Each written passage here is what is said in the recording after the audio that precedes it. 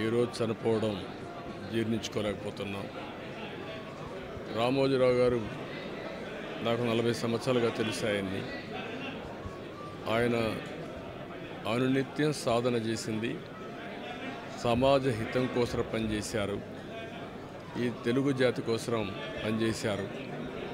ఒక మామూలు గ్రామంలో పుట్టి సాధారణ కుటుంబంలో పుట్టి ఒక అసాధారణమైన వ్యక్తిగా తయారు కావడమే కాకుండా ఆయన ఈరోజు చూస్తే ఒక వ్యక్తి కాదు, ఆయన ఒక వ్యవస్థ కింద తయారయ్యారు. మార్గదర్శితో ప్రారంభించి మార్గదర్శి అయిన తర్వాత ఈనాడు ప్రారంభించి అదే మాదిరిగా ప్రజా చైతన్యాన్ని మనం చూస్తే ఈరోజు రాష్ట్రంలో ఏ ఇంట్లో కూడా నిద్ర లేస్తానే ఈనాడు చదివితే తప్ప బయట వచ్చే పరిస్థితి ఉండదు. అంటే ఆ విధంగా ప్రజల్ని చైతన్యవంతులు చేయడానికి కానీ విజ్ఞానవంతులు చేయడానికి కానీ అనునిత్యం సాధన చేశాడు. ఆయన ఏ పని చేసినా కూడా నేను మొదటి నుంచి కూడా చూశాను, రాజీ లేదు. 40 ఏళ్ళుగా నేను ఆయనతో కలిసి ఉన్నప్పటికి కూడా ఆయన పరిచయం ఉన్నప్పటికి కూడా ఏ రోజు కూడా ఆయన ఒకటే చెప్పేవాడు, మీరు ఏమి చెప్పినా నేను మాత్రం ధర్మం ప్రకారమే పనిచేస్తాను, విధి నిర్వహిస్తాను తప్ప నేను ఎల్లప్పుడూ ప్రజాపక్షానే ఉంటానని చెప్పి స్పష్టంగా చెప్పిన వ్యక్తి రామోజీరావు గారు.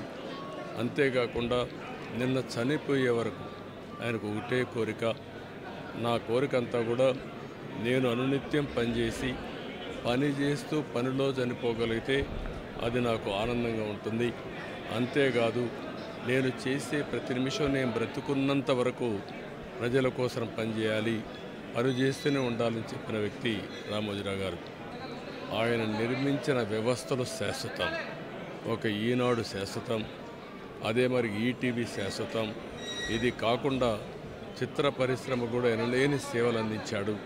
ఈరోజు రామోజీ ఫిల్మ్ సిటీ మీరు చూస్తే దేశంలోనే ఒక అత్యున్నతమైన స్టాండర్డ్స్లో రామోజీ ఫిల్మ్ సిటీ తీసుకొచ్చి ఆయన అనునిత్యం చెప్పారు, నేనేదో ఒక కమర్షియల్ కాంప్లెక్స్ కట్టచ్చు, వ్యాపారాలు చేయొచ్చు, నా వల్ల ఈ సిటీకి లాభం రావాలి, అదే మరి రాష్ట్రానికి ఆదాయం రావాలి, టూరిజం కింద ఉండాలని చెప్పి చేశారు. అలాంటి ఒక మహానాయకుడిని ఈరోజు పోగొట్టుకున్నాం. తెలుగు జాతి వెలుగు, తెలుగు వారి గుండెల్లో చిరస్థాయిగా ఉండే వ్యక్తి, అలాంటి వ్యక్తిని పోగొట్టుకోవడం చాలా బాధ అనిపిస్తుంది.